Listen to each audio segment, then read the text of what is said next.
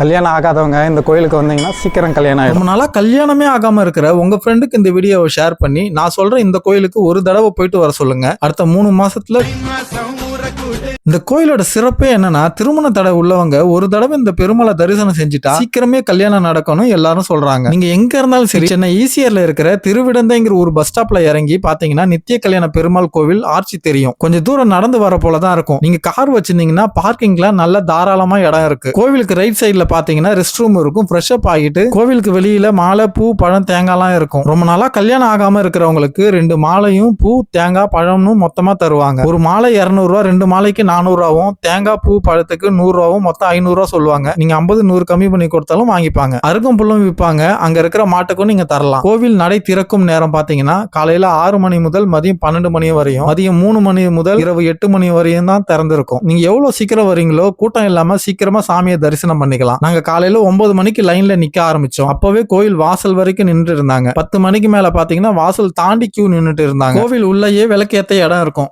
விளக்கு ஏத்திட்டு கியூல நின்னீங்கன்னா உள்ள போகவே 1 hour கிட்ட ஆகிடும். உள்ள தேங்காய் உடைக்கிறதுக்கு 20 ரூபாவும், திருமண அர்ச்சனை சீட்டு 50 ரூபான்னு வாங்கிட்டு உள்ள போனீங்கன்னா நித்திய கல்யாண பெருமாள் காட்சி அளிப்பார்.